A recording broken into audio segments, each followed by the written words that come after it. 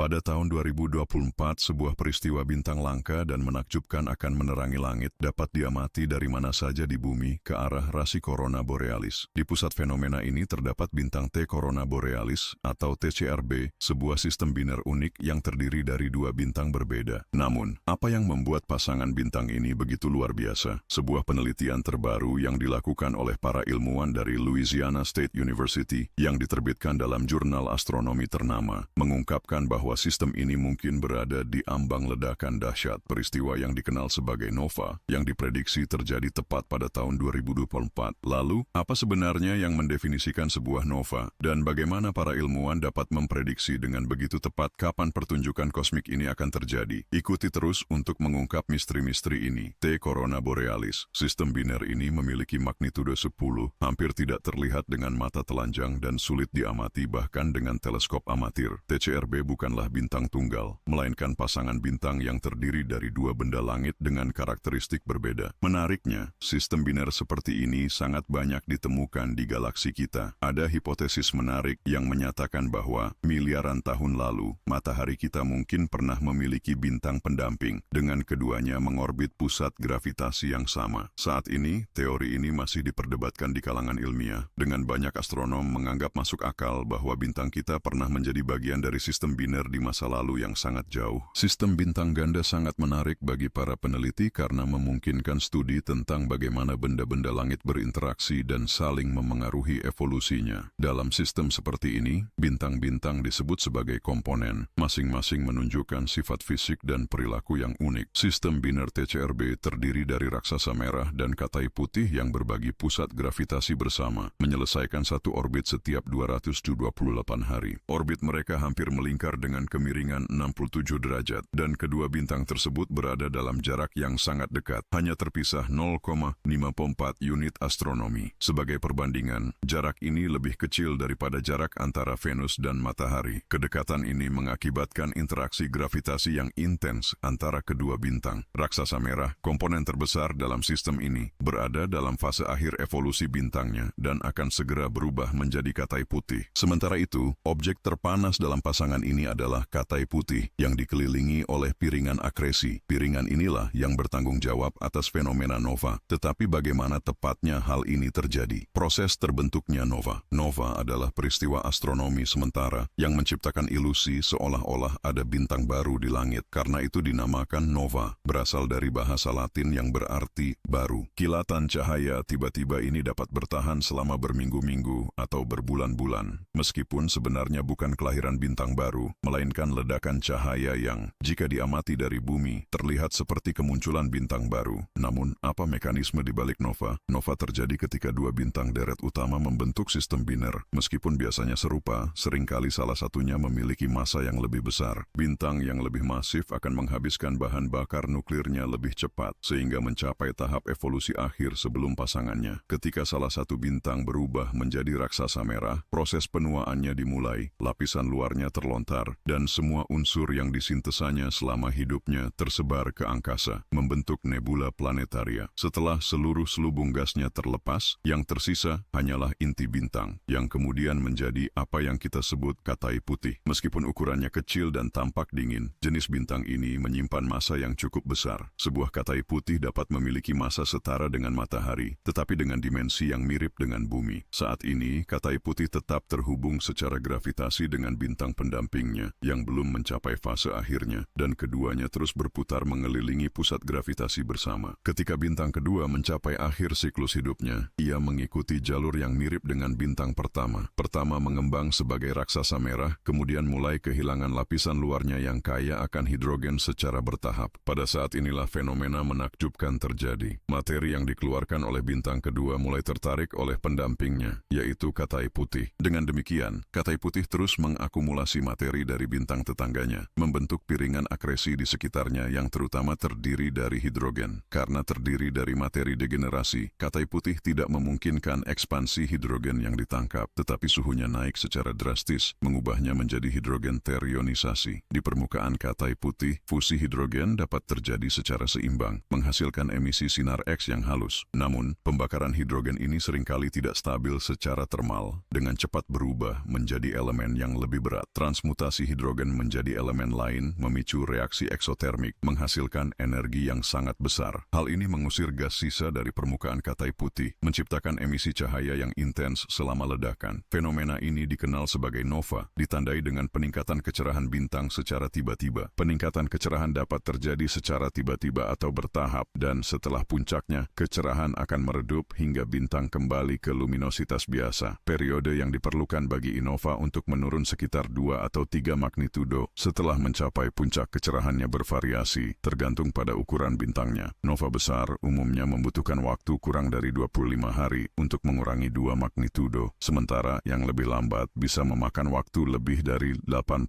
hari. Dalam kasus spesifik T. coronae borealis, TCRB, ia diklasifikasikan sebagai nova berulang karena menunjukkan ledakan periodik sejak mulai dipantau. Hey, sebelum melanjutkan, jangan lupa untuk menilai video dengan like atau dislike. Pendapat Anda membantu kami meningkatkan konten untuk Anda, penonton kami. Manfaatkan juga untuk berlangganan saluran dan mengaktifkan notifikasi, memastikan Anda tidak ketinggalan video harian kami. Tapi bagaimana kita tahu ledakan akan terjadi pada 2024? Seperti yang sudah dijelaskan, TCRB memiliki riwayat letusan sebelumnya yang didokumentasikan oleh American Association of Variable Star Observers, AAVSO. Catatan pertama berasal dari 12 Mei 1896, diikuti oleh peristiwa lain pada 9 Februari 1986. Kedua ledakan TCRB mencapai magnitudo 2, membuatnya terlihat dengan mata telanjang. Menariknya, para astronom mengamati bahwa sebelum lonjakan kecerahan, bintang tersebut menunjukkan penurunan kecil dalam kecerahannya. Dalam penelitian yang dilakukan, Justin D. Linford, peneliti dari Departemen Fisika dan Astronomi di West Virginia University, menganalisis aktivitas bintang antara 2015 dan 2016, menemukan bahwa dalam interval tersebut, bintang tersebut menunjukkan kecerahan yang tidak normal tinggi dan memancarkan sinar X dalam jumlah yang luar biasa. Tim ilmuwan mengumpulkan data dari berbagai teleskop radio dan teleskop konvensional, menggunakan informasi ini untuk mengembangkan model perilaku bintang. Para peneliti menemukan bahwa perilaku saat ini, bintang tersebut menunjukkan kesamaan yang mencolok dengan pengamatan yang dilakukan pada tahun 1940-an. Untuk memvalidasi hipotesis ini, mereka membandingkan catatan terbaru dengan data dari 1938, menemukan pola yang jelas setara. Cara bintang tersebut muncul antara 2015 dan 2016, hampir identik dengan perilakunya pada tahun 1938,